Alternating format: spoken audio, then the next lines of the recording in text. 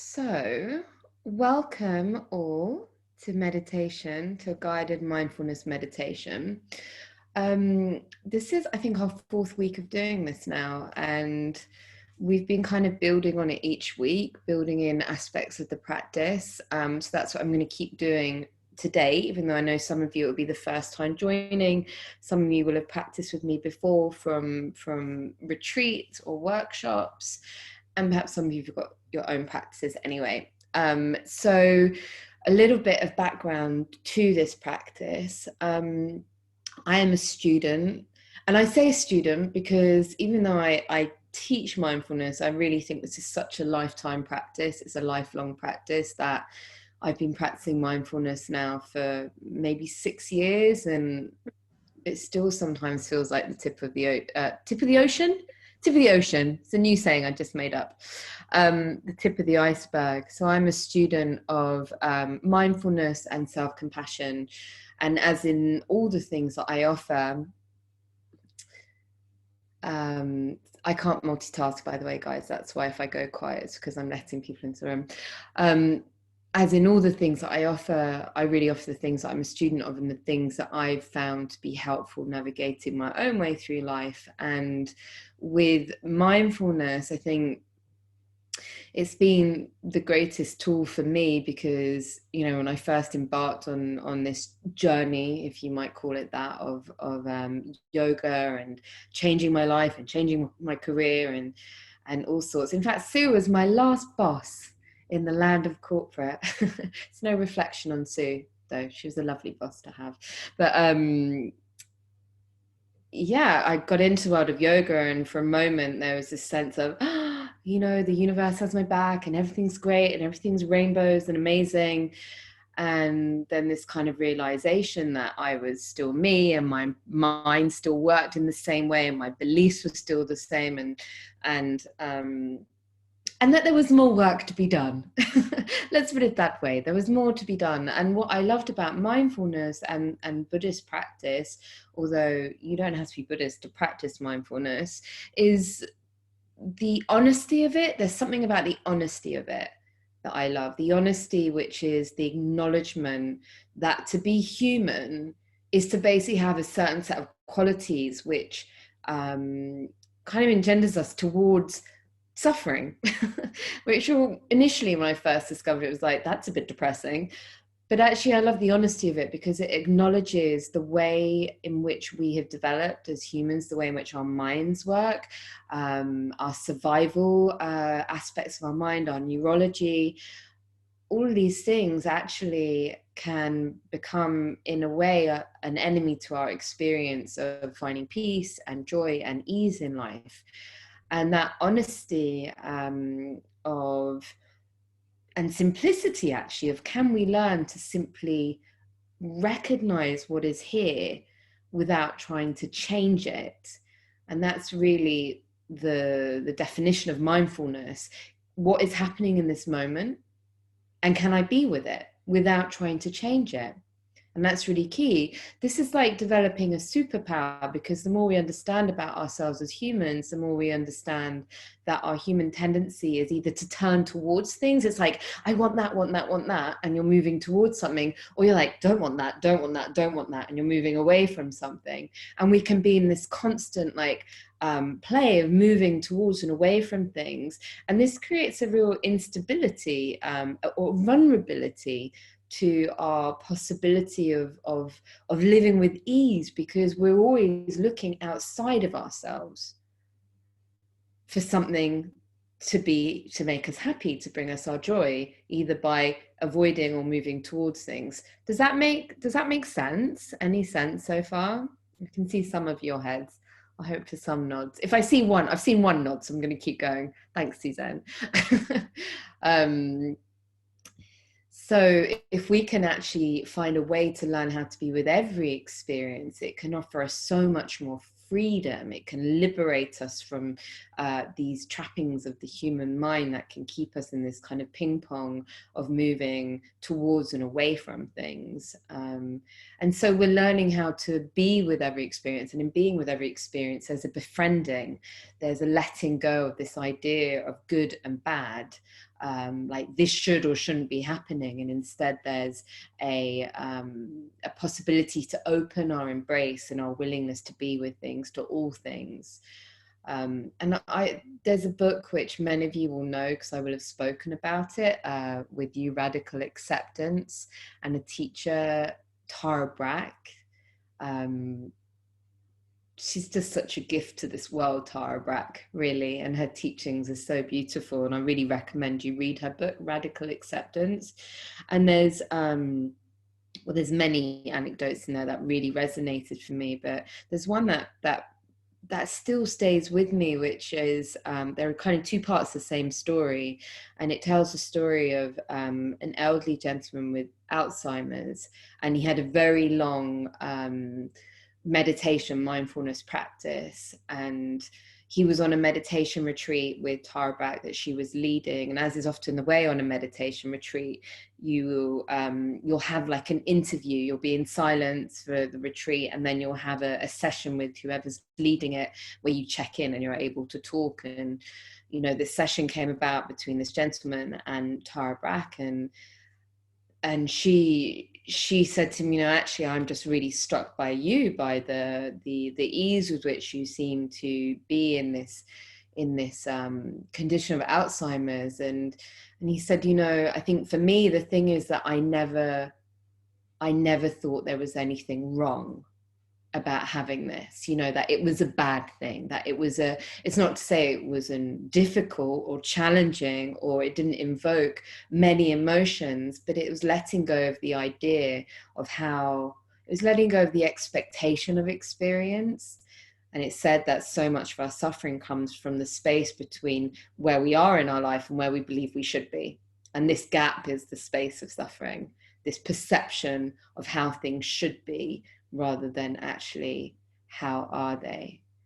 And that man always really made an impression on me, that story. There's another one just to share because I love it, and because he was a teacher of mindfulness, and he went out, and I think this really captures what mindfulness is. He went out to teach to a group of students. There are probably hundreds of them in the audience at a university or something like that. And he went out, and his mind just went, he just had this moment where the Alzheimer's did what the Alzheimer's did. And he found himself on a stage just looking out at all these hundreds of students with no idea why he was there. And he closed his eyes and he just started naming fear. And then after each thing he named, he would nod. Confusion, no. Anxiety, no. And so on and so on. He kept naming what was there, what was his experience, neither good nor bad, just there.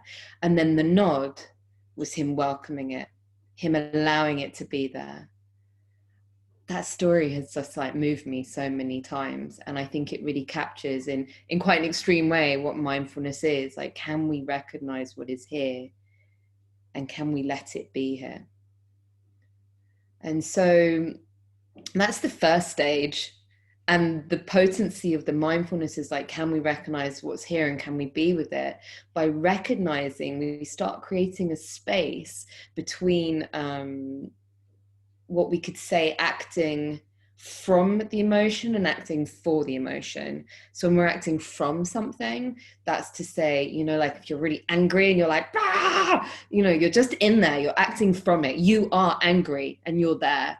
Acting for it could be like, okay, right now I can feel anger. There is anger right now. And this is what that experience is. So we can become a witness. We create this space when we can begin to witness our experience. And the second stage of what I'm a student of and what I teach is compassion, and specifically self-compassion. Because when we create that space, the quote that I always teach, you know, the space between stimulus and response, between what is the stimulus of our life and how we respond to it. Often we're just like, we're like that.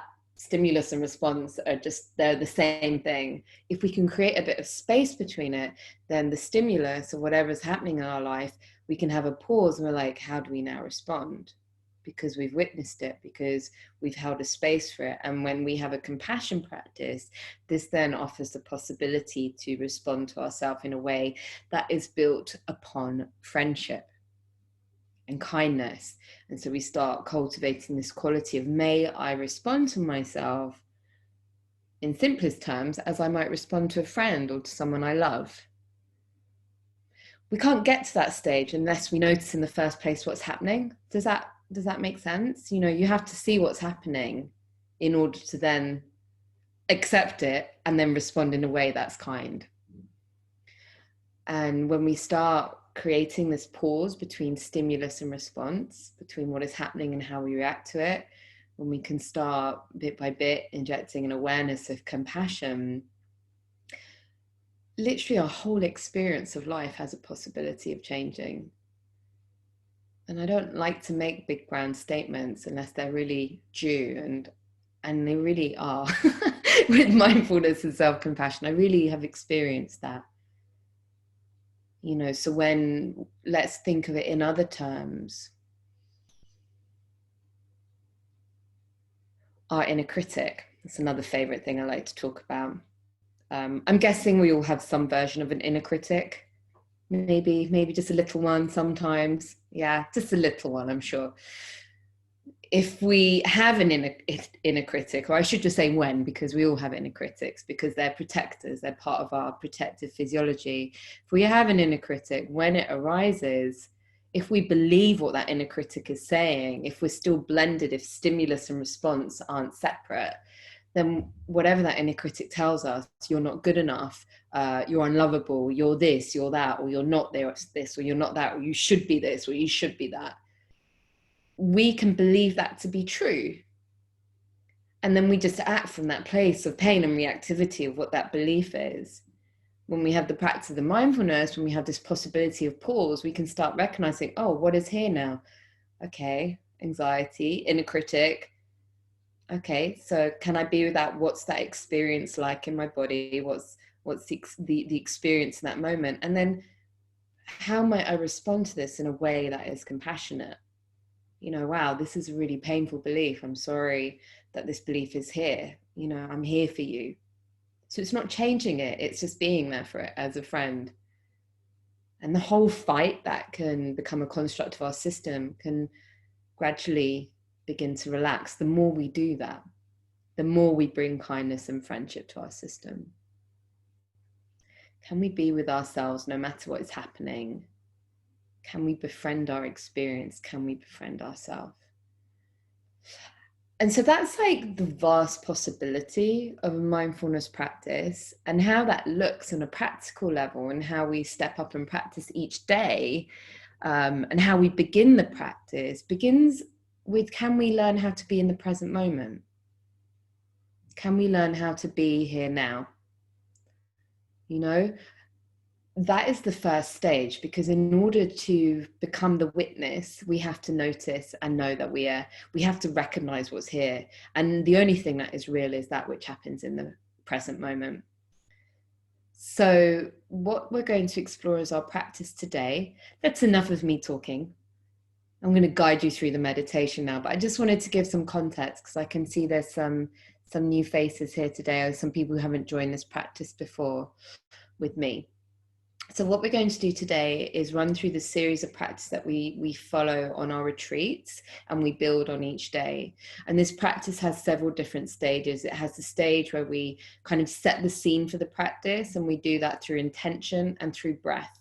And the breath work, or pranayama, is the purpose of this is to create a bridge between life and entering this quieter space, because the breath helps calm our nervous system. So kind of giving ourselves a bit of a pause so we can enter into this quieter place. And from there, we'll go into the mindfulness practice. So we're going to explore different anchors that keep bringing us to the present moment, so we can come back again and again to what is here. And then we also want to notice when we're thinking. So the practice becomes what's here, what's here, what's here. there I go thinking. And we keep coming back between the two. And that's the foundation. And then I might add on some other little bits just to end the practice, but that's kind of the crux of it from the mindfulness perspective. Okay, so we're going to start. First of all, does anyone have any questions? You can go down to chat at the bottom, and you're very welcome to ask any questions via that chat.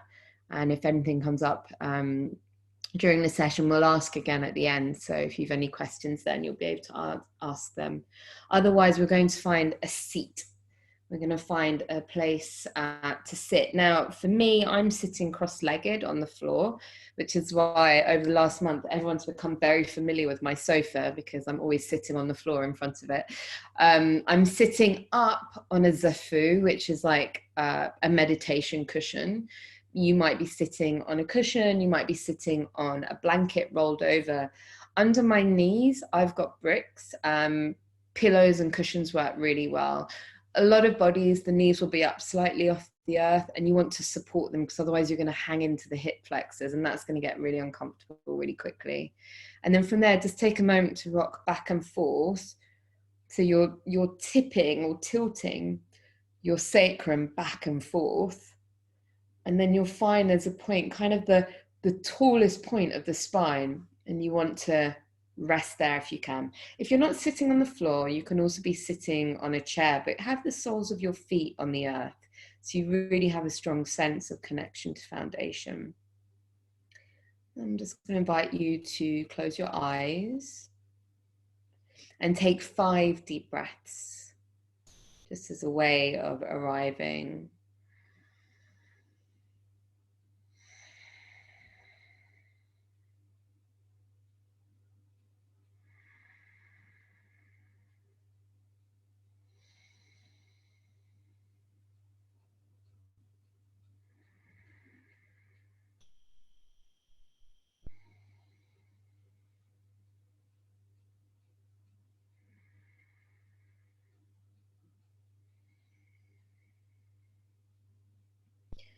And then I'd love for you to just take a moment to reflect on what it is that, if you're new to meditation, perhaps brought you to this session today. And if you have experience of meditation or a regular practice, what is it that brings you again and again into practice?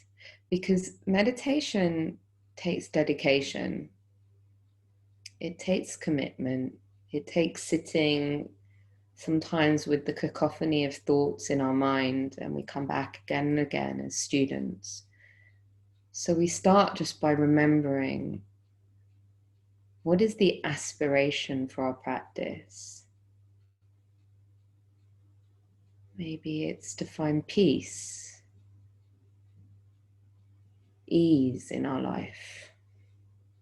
Just getting really clear on that. And when you find your way to that intention, the hands can come to prayer, the thumbs connect into the sternum, bow the head, and just take a moment to honor this aspiration that we plant like a seed in the heart and nurture and nourish through the discipline of our practice. From here, the left hand, take the thumb to the index finger. We're going to come into Nadi Shodhana, alternate nostril breathing practice. So left hand, check it's your left, thumb to index, and rest it on the thigh. Right hand, index, tall finger in towards the palm. So it'd be like this. Okay, check that's your right hand. And Nadi Shodhana is alternate nostril breathing. So we're balancing left and right of the brain and of the energetic body, the feminine on the left, the masculine on the right. And so this can be a practice to help calm or to help enliven. If we're feeling agitated, it will help settle the energy. If we're feeling flat, it might help re-energize the energy. So the way we do this, right thumb to right nostril, very gently closing the nostril. Inhale through the left for 3, 2, 1. Plug, exhale, 3, 2, 1. Inhale, same side, 3, 2, 1. Plug, exhale, 3, 2, 1. Inhale, same side, 3, 2, 1. Plug, exhale, 3, 2, 1. Inhale, same side, 3, 2, 1. Plug, exhale, 3, 2, 1. Keep going at your own pace here. And know that if your nostrils are very blocked, you can simply imagine the air journeying up and down through each side, whilst gently keeping the nostrils unplugged.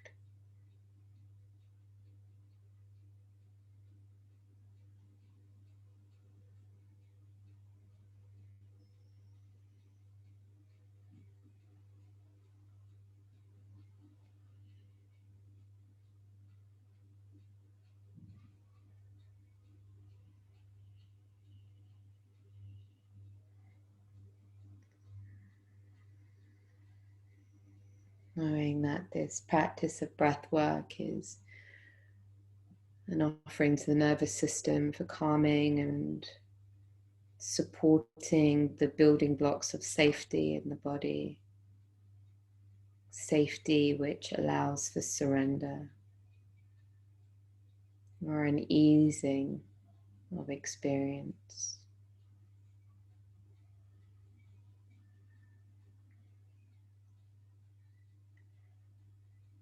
The next exhalation through the left side. Gently come to an end of the practice. Allow both hands to come to rest upon the thighs. Take a moment and adjust the position of the body any way necessary so that you may find stillness and ease. And we begin with the practice of mindfulness. The first stage, may we bring our attention to this present moment, to what is happening in this present moment. And may we notice when the mind takes us away from the present, journeying into the past, projecting into the future through our thoughts.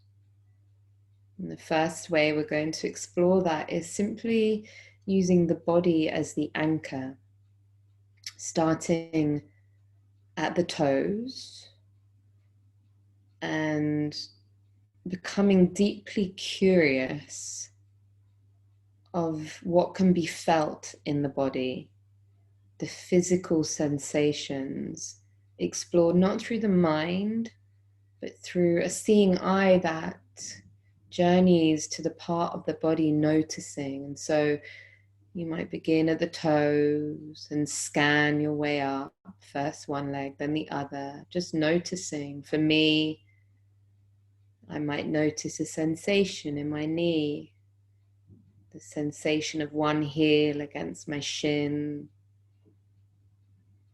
the left hip.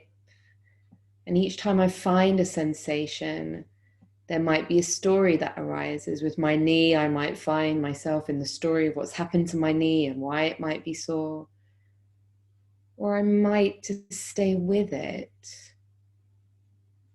and become really curious as to the experience of it, almost as if painting a picture from what you can feel.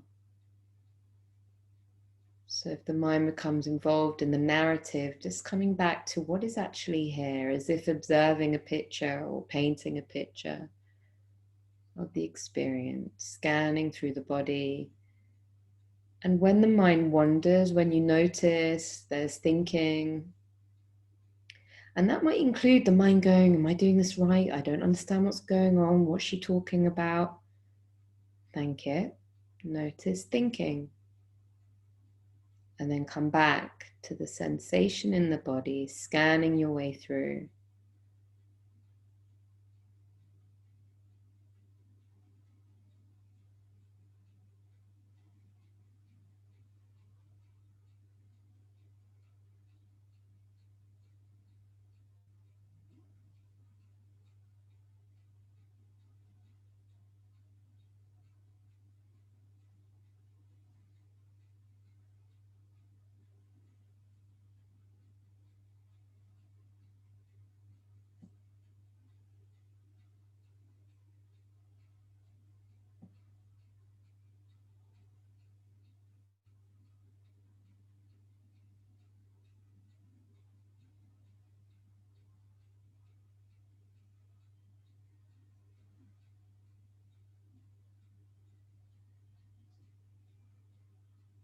Where is the mind? Where is the attention?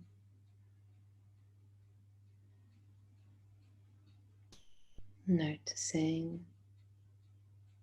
No need for judgment, although judgment may arise. Judgment is just one other thought, one other experience that might take us from the anchor of the moment, this physical body.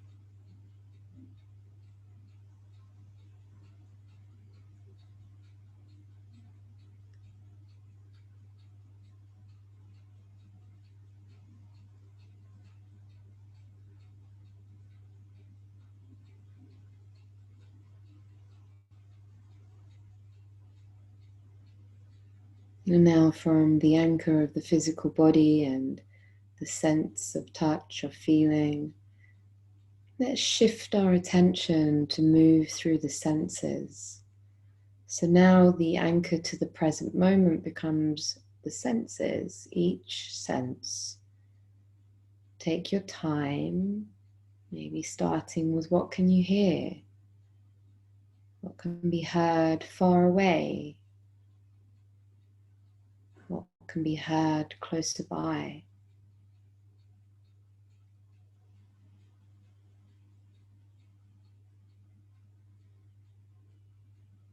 Take your time, savoring these experiences at the present moment, savoring the offerings from each of your senses, noticing, naming. The quality that we bring to mindfulness is curiosity, an open-hearted awareness.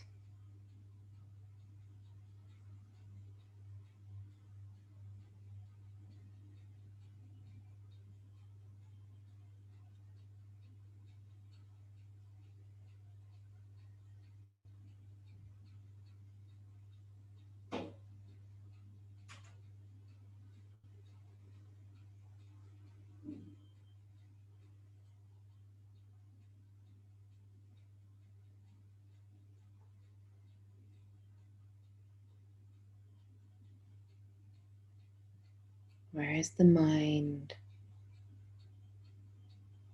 Know that it's completely human and normal that the mind would activate with thoughts.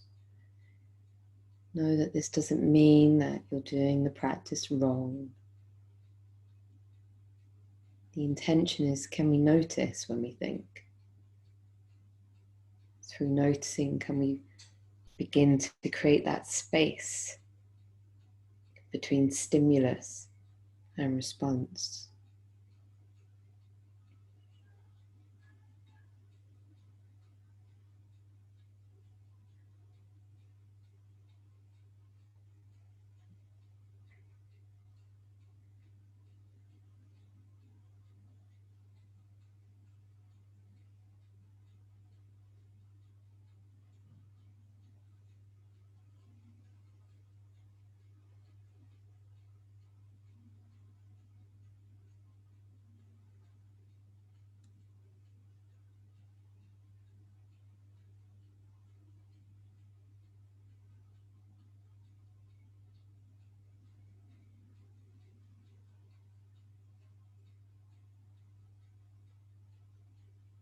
From the senses, become aware of the sensation of the breath as it enters and leaves the body.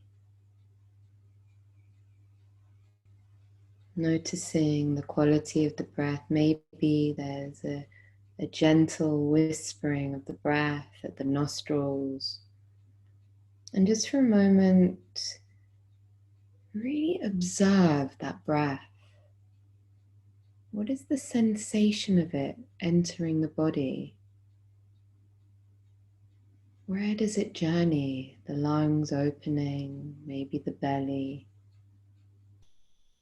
How does the exhale differ from the inhale? As if exploring a beautiful image What are the colors, shapes, textures of this experience?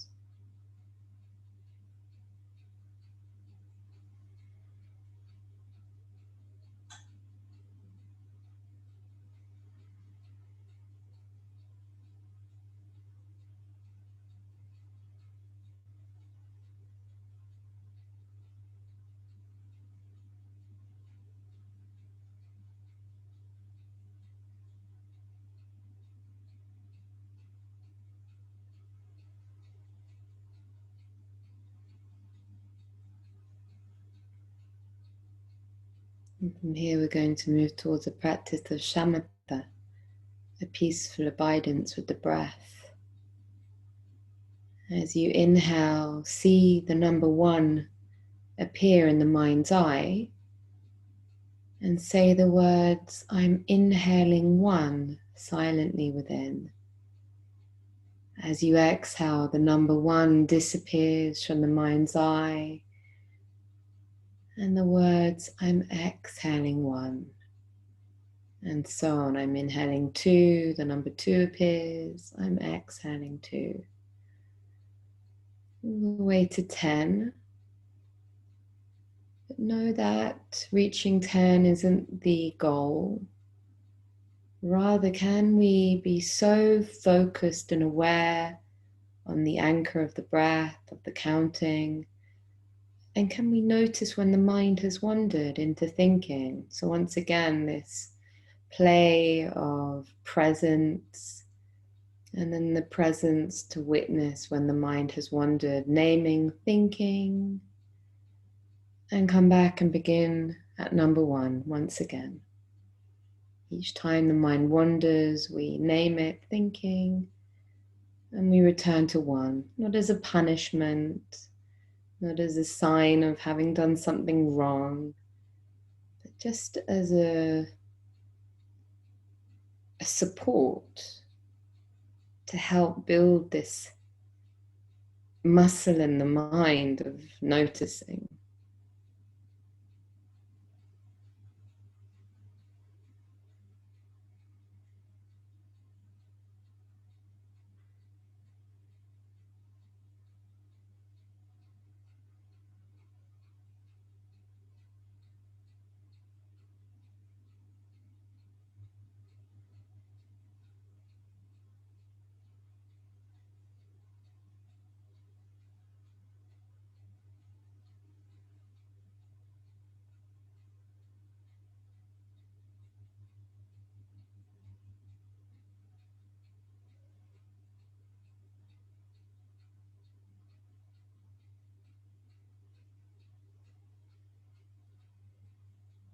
In this practice of mindfulness, we find the balance between a softness in our attention and yet maintaining that presence. So soft gaze, tuning in to experience.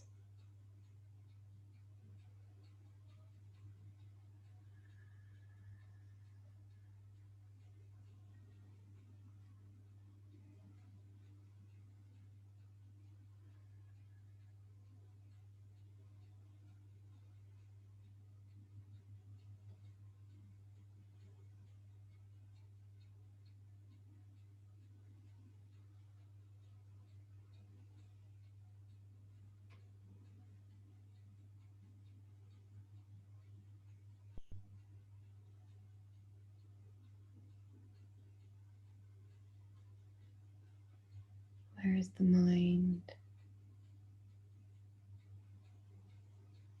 Where is the attention? May we return again and again to this moment.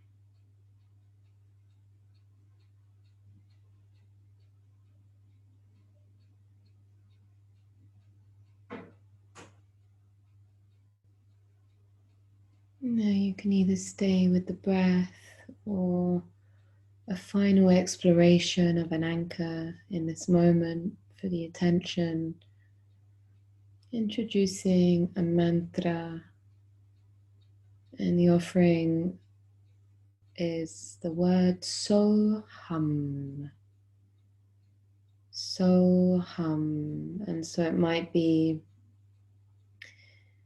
that as you inhale, you imagine the sound so, and as you exhale, the sound hum. SoHam.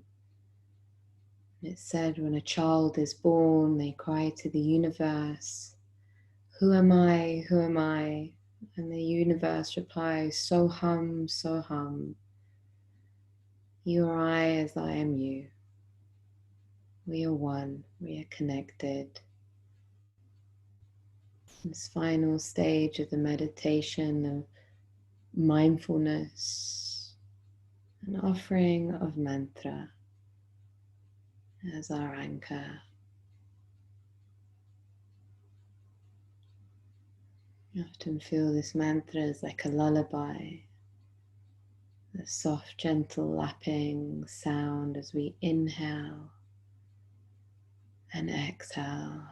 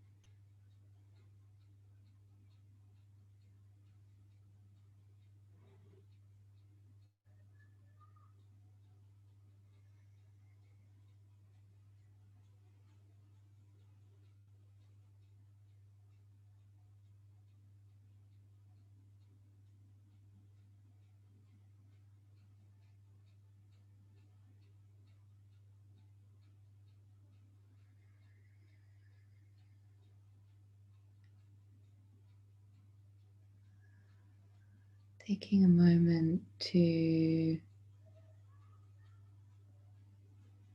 bring into your mind a memory of yourself as a child. Seeing if you can connect to some memory of yourself or a sense of yourself as a child.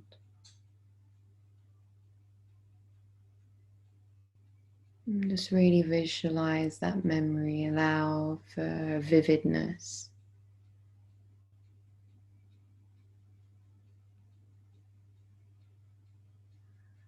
Seeing the qualities of that younger you, the hopes, the joys, the fears.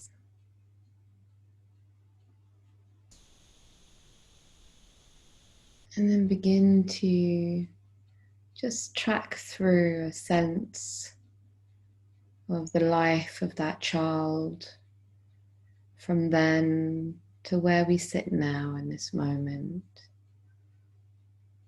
That child and all they've been through, the different experiences, the highs and the lows, the joys and the challenges.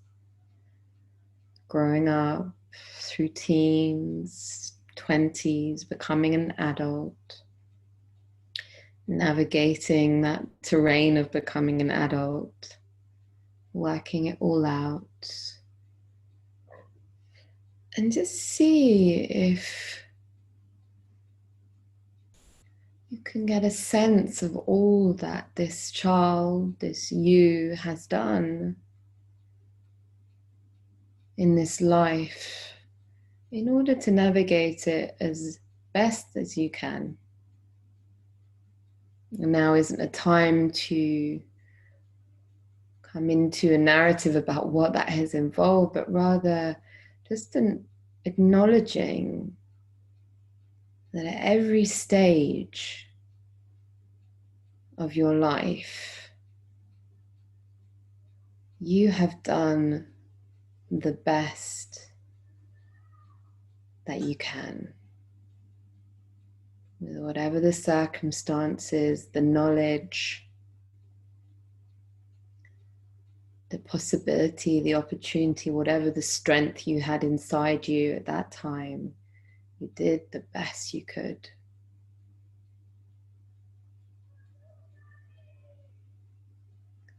Let's see if you can get a quality of recognizing all that this young you has been through and all that you've done to the best of your abilities to navigate this life to this moment.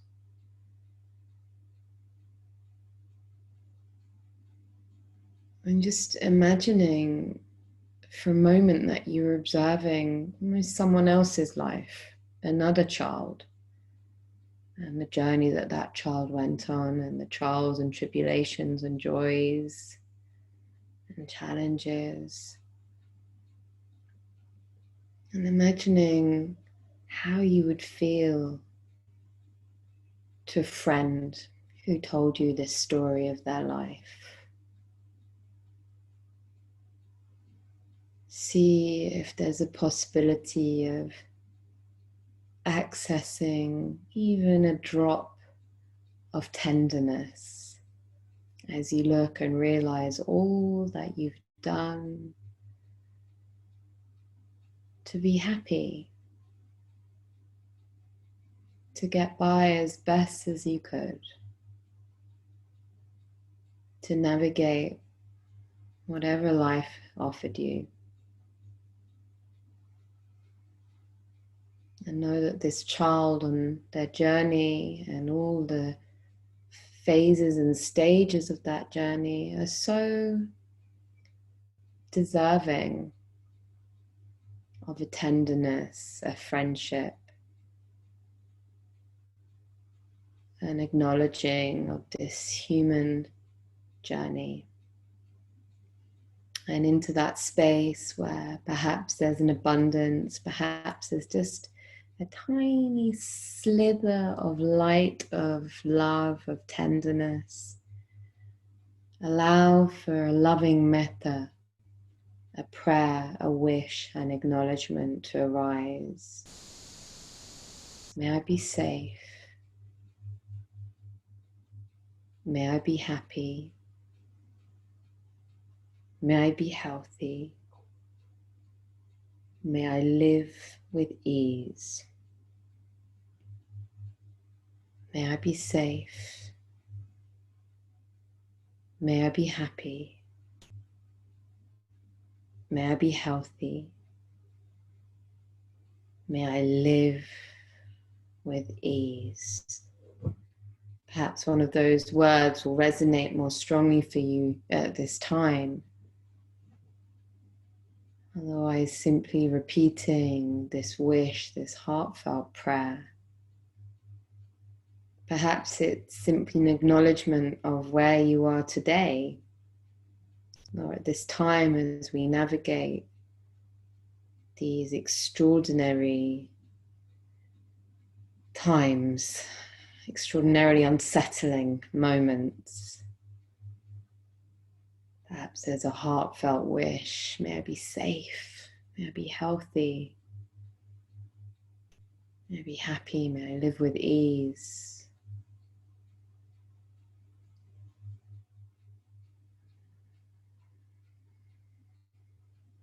Keep offering this prayer, maybe the heart journeys or the hand journeys to rest upon the energetic heart as this expression of tenderness. Perhaps that's all there is, the hand on the heart, just a willingness to turn towards ourselves, to start building this foundation of friendship.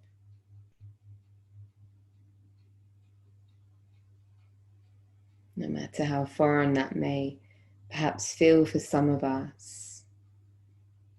Just a willingness to open to the possibility of bringing attention to ourselves, honoring ourselves, offering this love.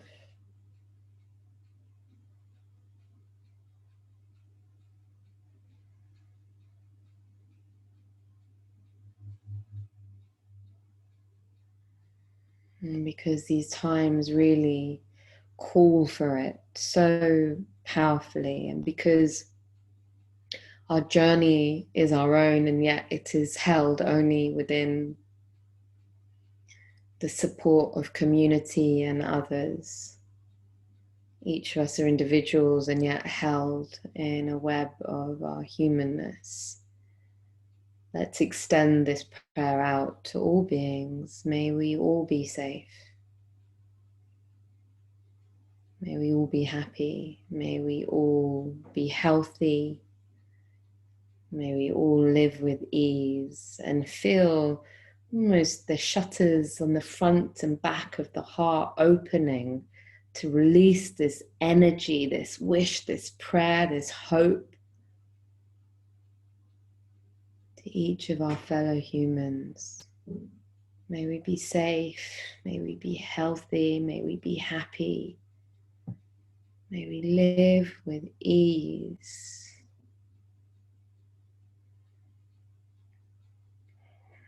And you might feel that prayer touching upon your loved ones, the people in your life, as you send this out from your heart into the energy of this world. A prayer of love for all beings, of wellness for all beings, understanding this truth, SoHam, SoHam, that you are I as I am you, that we are all inherently connected to all things and to one another.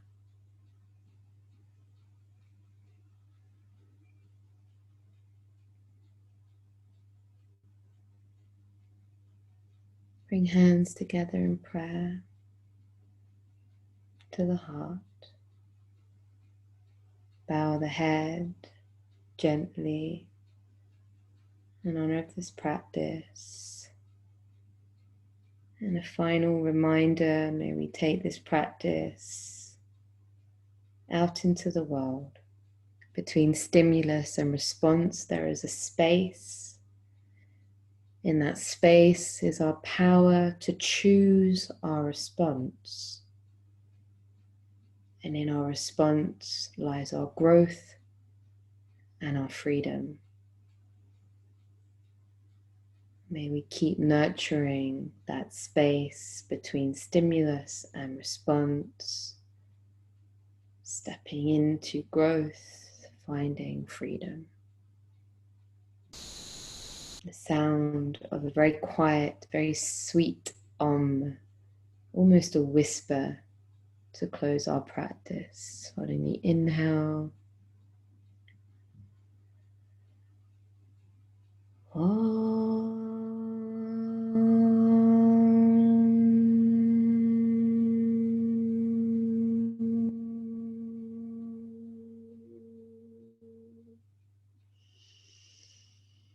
Hands come in prayer to third eye, awakening of the mind, to the heart, sweet open healing of the heart. Bow down to the earth, to the practices, to the teachers, and to ourselves. Let you rise. Namaste.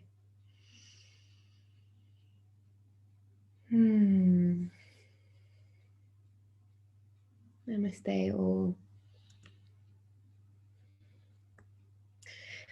So I'd love to hear from you. If any of you would like to share in the chat function, perhaps how you're feeling from that meditation, any observations or any questions. It'd be really lovely to hear from you.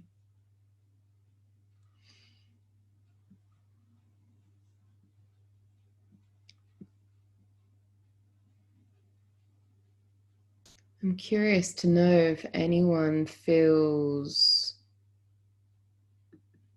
from this practice, maybe you've been joining these last few weeks, feeling at peace. Thanks, Sue.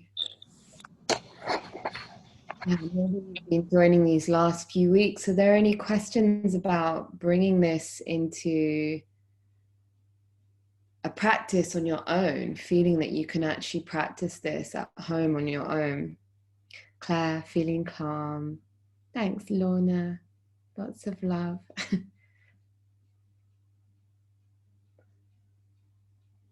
Waving. I love that. Waving goodbye. 3 dogs to walk. Catherine. Oh, that's so lovely. With the wall, and so you could hear the birds. Oh, so lovely. Well, I just want to say, we meditated for over half an hour. I'm going to stop recording now. End of meditation. The end. Thank you, Sula. Thank you.